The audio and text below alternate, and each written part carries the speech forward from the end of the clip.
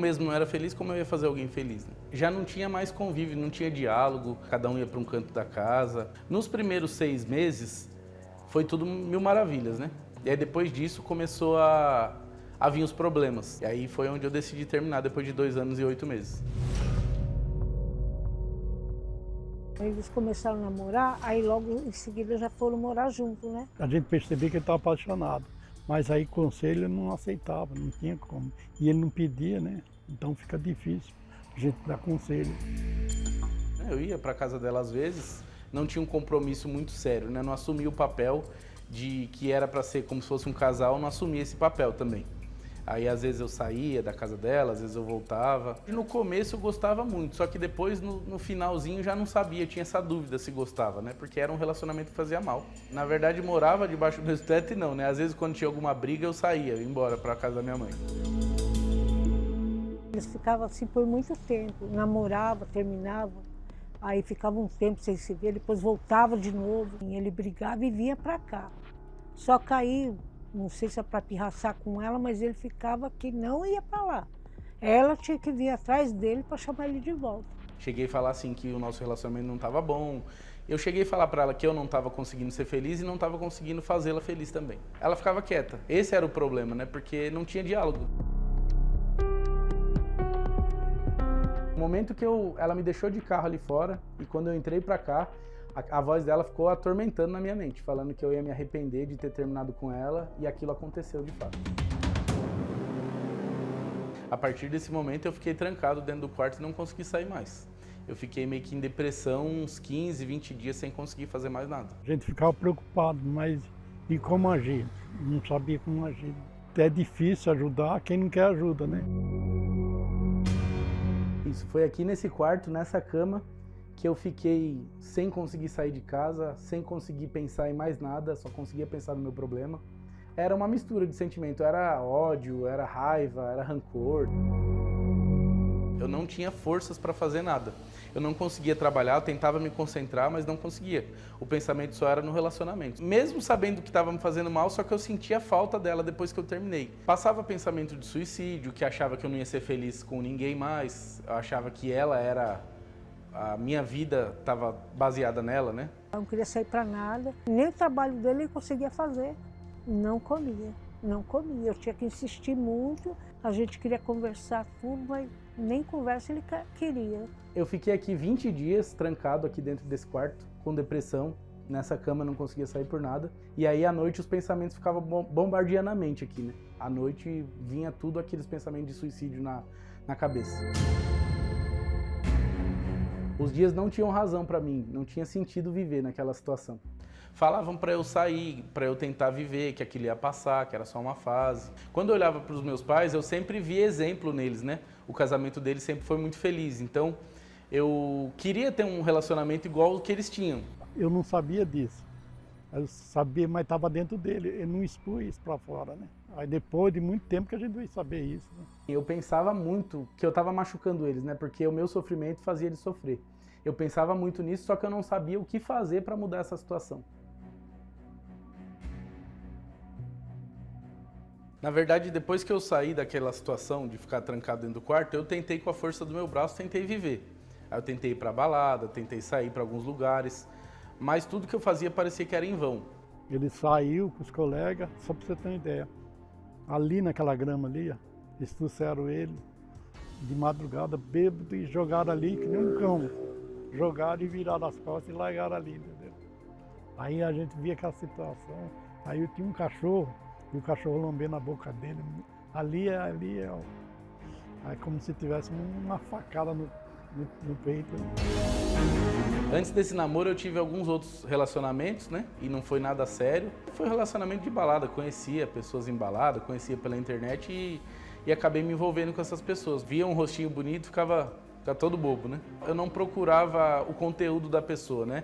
Eu sempre estava focado no físico, estava focado no visual só. Uma certa vez eu conheci uma moça na internet e ela era de outro estado, do Rio Grande do Sul, e eu fui atrás dela. Eu peguei no impulso e fui atrás dela até lá. Peguei um avião e fui lá. Ela queria ter um relacionamento sério e eu não quis ter esse relacionamento sério com ela. Era muito isso, de conquista, né?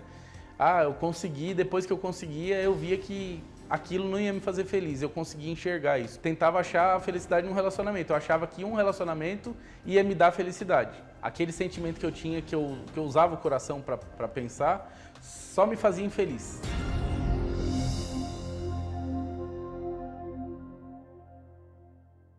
Quando eu estava namorando, ele era muito ciumento, que tudo que eu fizesse eu tinha que dar satisfação, tinha que avisar ele. E às vezes eu não conseguia responder a mensagem que ele me mandava.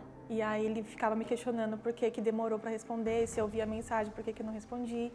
E isso me incomodava muito. E eu falava que me incomodava e melhorava por um tempo, depois voltava tudo de novo. No meio de quase 2 anos de relacionamento, teve uma vez que nós conversamos e eu falei que eu não aguentava mais e que a gente terminou. Ele veio conversar comigo pedindo perdão, que não ia mais ser essa pessoa, e aí eu dei uma chance e acreditando que ele ia mudar. Os meus pais, eles são casados há mais de 30 anos e eu tenho eles como referência de relacionamento. E eu buscava isso pra minha vida, de fazer tudo certinho, namorar, noivar, casar. E aí eu acreditava que com ele eu ia ter essa vida. Durante o nosso relacionamento, eu percebia que ele às vezes contava umas mentiras. E aí chegou um ponto que ele mentiu pra mim por uma coisa muito boba. E aí eu me questionei, eu falei, se ele tá me escondendo uma coisa tão boba, o que me garante que ele não vai me esconder coisas maiores lá na frente? Quando eu terminei, eu me senti bem, porque eu tinha certeza que eu tinha feito a escolha certa. Que eu não queria viver um relacionamento aprisionada por conta dos ciúmes e mentira. E aí, depois do término, eu foquei no meu trabalho, que eu estava com um projeto de crescer, e fiquei durante 1 ano ali envolvida no meu trabalho. E nesse meio tempo, eu conheci outra pessoa, que eu me identifiquei muito, e nós engatamos um relacionamento. Foi bem breve, foi questão de 1 mês. Ele chegou, falou com os meus pais, apresentei para todo mundo, e aí depois de 1 mês ele veio conversar comigo.